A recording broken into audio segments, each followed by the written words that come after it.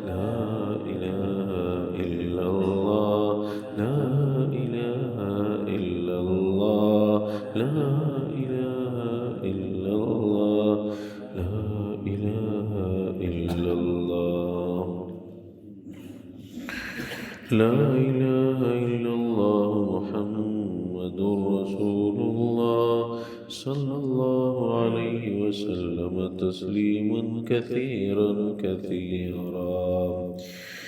الله الله الله الله الله الله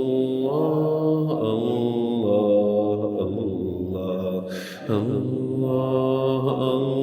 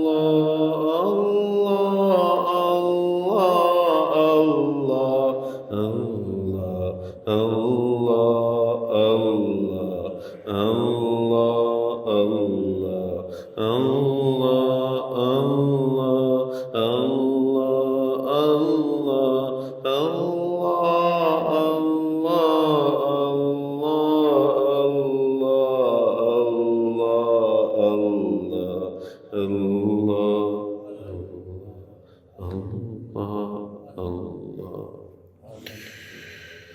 مراقبے بہت سے اللہ میں آنکھیں بند کر کے ہم سب یہ سوچیں میرا یہ جسم ایک دن ساکن ہوگا، موت آئے گی، میری فوتگی کا اعلان ہوگا، مجھے تخت غسل پہ لٹایا جائے گا، مجھے استنجا کوئی اور دے گا، مجھے غسل دیا جائے گا، مجھے کفن پہنایا جائے گا، دوست احباب رشتہ دار اقربا اپنے کندھوں پر اٹھا کے جس گڑھے سے مجھے بڑا خوف ہے لمبے سفر پہ روانہ کر کے مٹی والے گھر کے حوالے کر دیں گے۔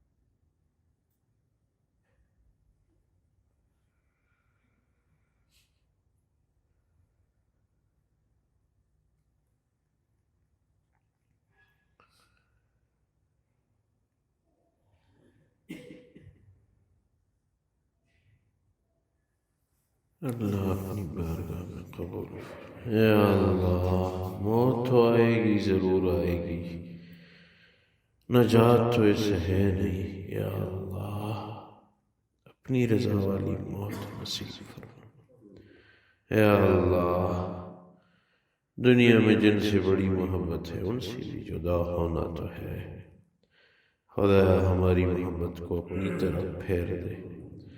یا اللہ ہمیں اپنا حقیقی بندہ بنا دے، یا اللہ ہمیں نیک بنا دے، یا اللہ ہمیں قبول فرما دے، یا اللہ ہم تو سب خطا کار جمع ہے، سیاکار ہیں، اللہ وہ کون سا گناہ ہے جو ہو نہیں رہا ہم سے، اللہ ہمیں معاف فرما، یا اللہ ہمارے قلوب کو صاف فرما، یا اللہ بڑا تنگڑا ہے مگر اس میں جانا ضرور ہے، شریعت کا فیصلہ نہ ہوتا ہم اس تنگڑے کے لیے کہاں تیار ہے، یا اللہ اپنا ہی فضل فرما، آپ کے فضل سے یا اللہ پھر یہی گڑھا باغ بن جاتا ہے، یا اللہ ہمیں اپنا تعلق نصیب فرما، خدایا ہمیں محروم نہ فرما، آپ کے در کے محروم ہو کے جائیں گے کہاں، یا اللہ ہمیں اپنا خوف نصیب فرما،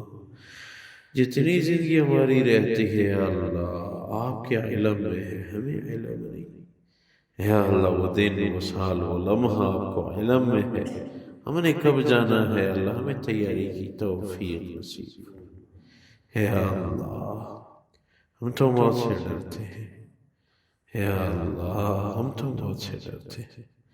آپ کے حبیب نے فرمایا کہ اگر انسان کے جسم کو 360 ٹکڑے کاٹ کاٹ کے کر دیے جائیں، موت کی تکلیف اس سے بھی زیادہ سخت ہے۔ یا اللہ خدایا آپ ہماری اوپر رحم فرمائیں، یا اللہ ہمیں گناہوں کی دلدل سے نجات دے، یا اللہ ہمیں اپنا بنا، ہم قصوروار ہیں اللہ ہمیں معاف فرما، یا اللہ حاضرین میں جس چیز کے دل میں شرعاً جو بھی جائز حاجت ہو پوری فرما۔ خدایا کعبے کے گرد طواف تو ہم سب کی حاجت ہے، یا اللہ ہمیں نصیب فرما۔ مدرسے کی جو حاجت ہے اللہ اس کے لیے بھی انتظام فرما، یا اللہ ہم سب کو آخری خاتمہ بالخیر نصیب فرما۔ آپ کی رضا ساتھ ہو، کہیں تہجد میں، کہیں تلاوت میں، کہیں دعا میں، یا اللہ کلمہ طیبہ ہماری زبان پہ ہو، خیر کا کلمہ، برکت کا کلمہ، آپ کی رضا سمیت ایسی موت نصیب فرما کہ یہ کلمہ ہماری زبان پہ ہو، لا الہ الا اللہ محمد رسول اللہ صلی اللہ علیہ وسلم۔